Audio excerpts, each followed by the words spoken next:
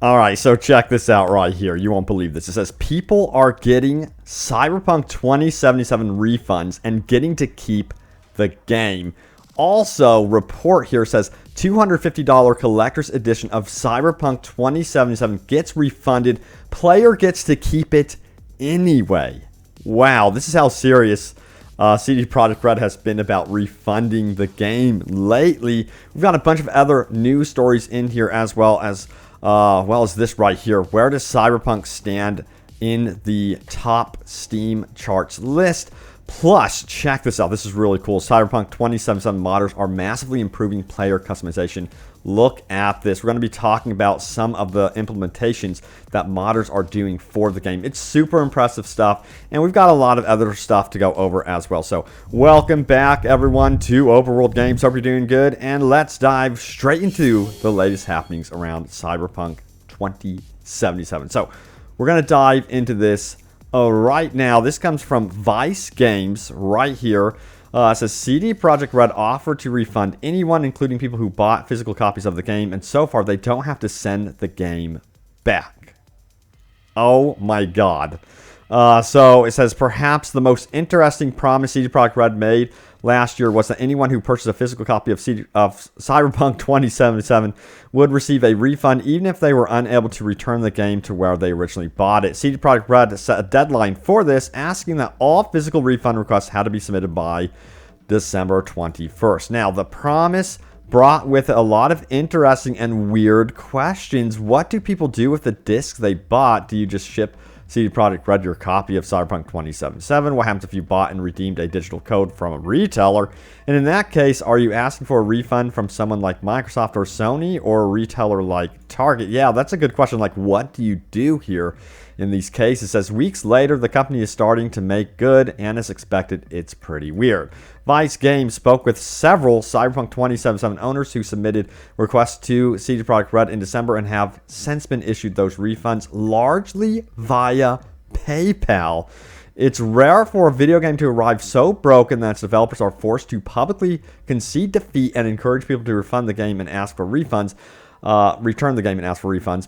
And while Cyberpunk 2077 isn't the most broken game that's ever been released, a combination of deception on CD Projekt RED's part and the weight of expectations caused a unique storm, prompting retailers like Best Buy and GameStop to reverse long-held policies of refusing to accept returns for games people had bought and played and give them their money back. It's definitely been a unique situation, especially considering that these retailers do have to abide basically by what CD Projekt RED stated. You know, gamers would be able to take the letter with them to the stores, I would hope.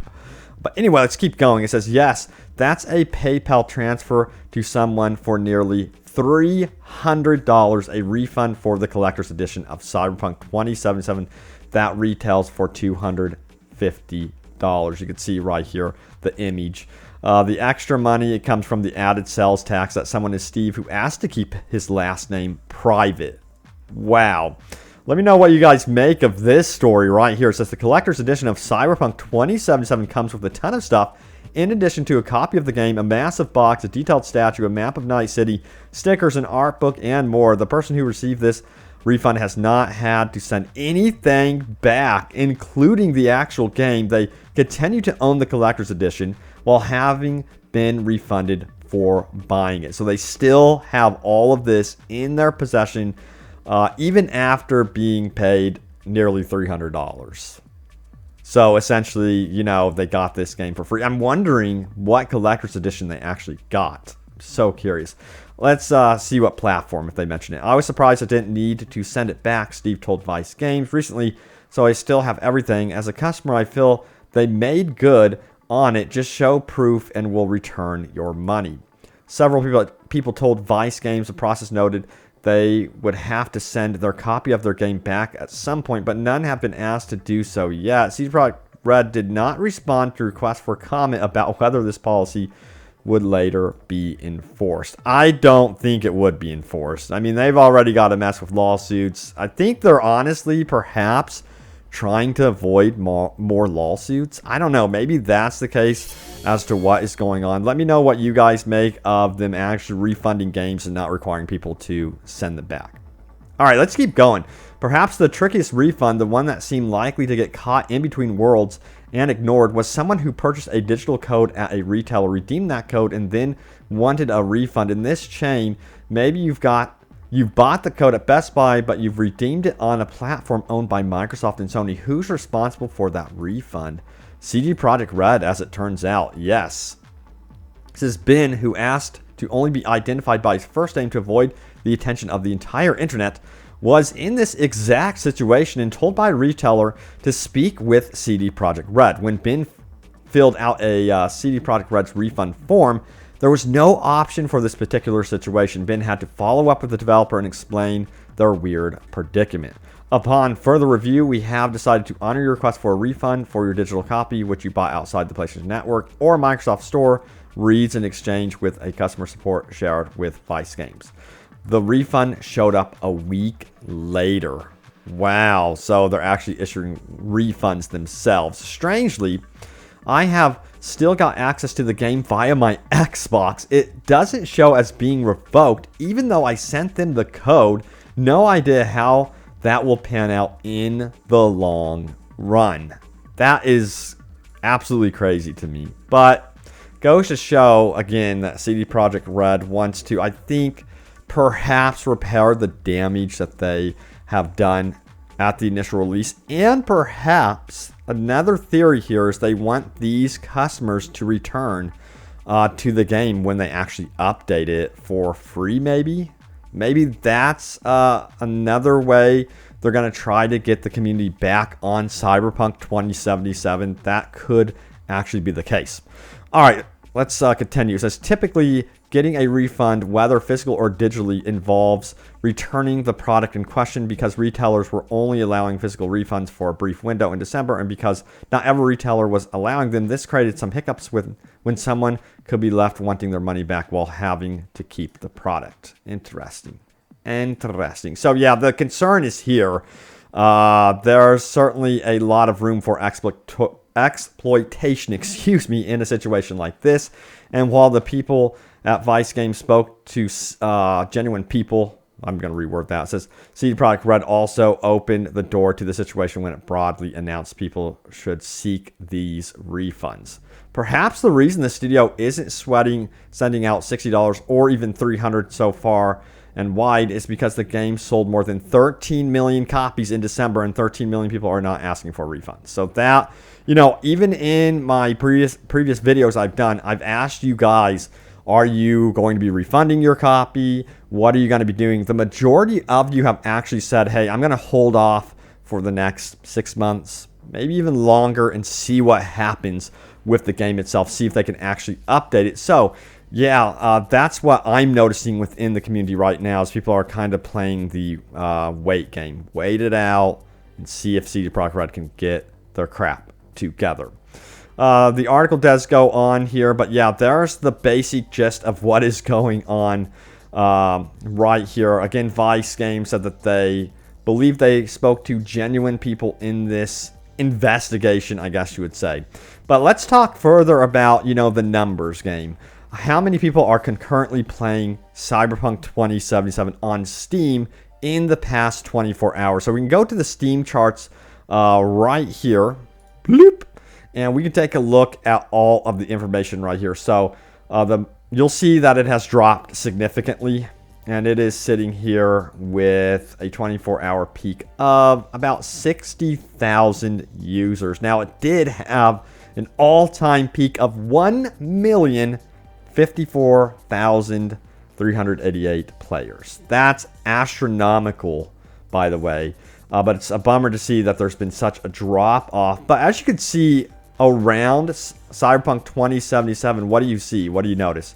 Mostly multiplayer-centric games. So I just think this just shows how much of a powerhouse Cyberpunk 2077 still is, even though it is single-player experience. I think that they just need to build off of it, That's the thing. If they can just get really, really good DLC, free DLC, mind you, I think, my personal opinion, to bring back players, they're going to have to really market this DLC as free. I'm sorry.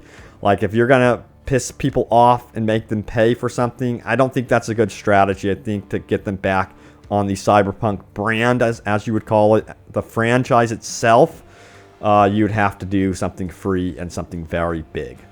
All right. Also, check this out right here. This is an article from Eurogamer. It says Cyberpunk 2077 modders are massively improving player customization. You wear it well. This is really cool. I'll throw the link to this article in the description below, of course. So if you want to further mod your character, you can. But as you can see here, we've got Arasaka Cyber Arms by Anders. That is so freaking badass. That is so cool. This is the type of stuff we need officially from CD Projekt RED. Get this stuff to the console gaming world. This stuff is only available through modding PC versions of the game right now. Then there's more clothing options right here as well. And yeah, it just looks so impressive. So I really hope they add more customization down the road, perhaps as free DLC updates. Now, also, we're going to rotate over to this topic right here. It says CD Projekt RED forgot what made the Witcher series a masterpiece in RPGs: gray choices and delayed consequences. It goes on to say this: I fell in love with the Witcher series when many hours into those games, the consequences of my actions started to catch up to me. This caught me off guard, and it was enrapturing. I loved it. I had not played any other game that had morally gray choices with delayed consequences. Other games from other companies I had played up to that point had obvious good and bad choices with immediate consequences on what I chose. CD Projekt RED has regressed with Cyberpunk 2077, who also falls into that category of games. Let me know if you agree with this post right here, but from what I am seeing, a lot of you guys do agree, as 1,600 upvotes on the Reddit Cyberpunk game group subreddit. Says a lot of the public conversation around Cyberpunk 2077 centers around the obviously bad and good parts of the game, a buggy launch of a game with missing open world features, but with great visuals, a highly detailed vertical city with blockbuster movie style of linear storytelling, attempting to be like Naughty Dog game. The good parts of the game are fun and enjoyable, but those elements do not make up to be an RPG. The gray choices and delayed consequences of the Witcher series is what garnered CD Projekt RED a loyal player base. With Cyberpunk 2077, they appear to have forgotten what they were good at. It's interesting that you mentioned this. It got me thinking recently about how right before the release of Cyberpunk 2077, they changed the social media description of the game from being like an RPG to more of an action-adventure game. And yeah, they did come out and confirm that this was a heavy RPG still, but it seemed like to me something happened in development where they were pushing more for the action-adventure sort of game as well. All right, now it's time to go over your top comments. Remember to leave a comment down below. It could end up in a future video. Let's do this. All right, so here is the previous video. It was called Big News Update, a revival like Skyrim. Valve offers their support. Of course, this video covered the fact that one of the voice actresses from Cyberpunk 2077 does believe that this game could come back like Skyrim. And of course, Valve did offer their support to CD Projekt RED, saying, hey, these guys can pull it off. They can get through this. Let's take a look at what you guys had to say. We got Paul Baldwin here, who goes on to say, I love how a game's redemption is literally called pulling a No Man's Sky these days. I know. I guess, you know, No Man's Sky will always be remembered for that comeback for sure. Let's see. Abel Asheri says, Cyberpunk made money for Steam. I want them to make money, more money for Steam. That's pretty much the sentiment right there. And I think, you know, he also knows that Cyberpunk is a franchise and that CD Projekt RED most likely will be around for a long time. At least, honestly, I do hope this, by the way. Now, it says this, Dome Piece says, more single-player games inspired by Alex's third Gaben statement. Half-Life 3 confirmed. That would be cool if we got Half-Life 3. You never know. Steven says, it's not about the bugs, it's the missing content that CD Projekt RED promised us. Cadell says, man, I really hope this game recovers and becomes a game that was supposed to be the best games of 2020. I'm pretty sure it will. They have to bring back cut content. That's what players are dying for. Yeah, a lot of people really, really want that cut content back. Outer Rain says, stop talking about comebacks until the bleeding stops first. The game has problems that extends beyond bugs and console versions are faulty. Yep. But let me know how you guys are feeling about Cyberpunk right now. It's been over a month since the game did release. Sound off in the comments below. Remember, your comment may end up in a future video, but thank you all so much for watching. Stay tuned for more Cyberpunk news and updates, and of course, more open world gaming goodness. And I will see you all next time. Take care.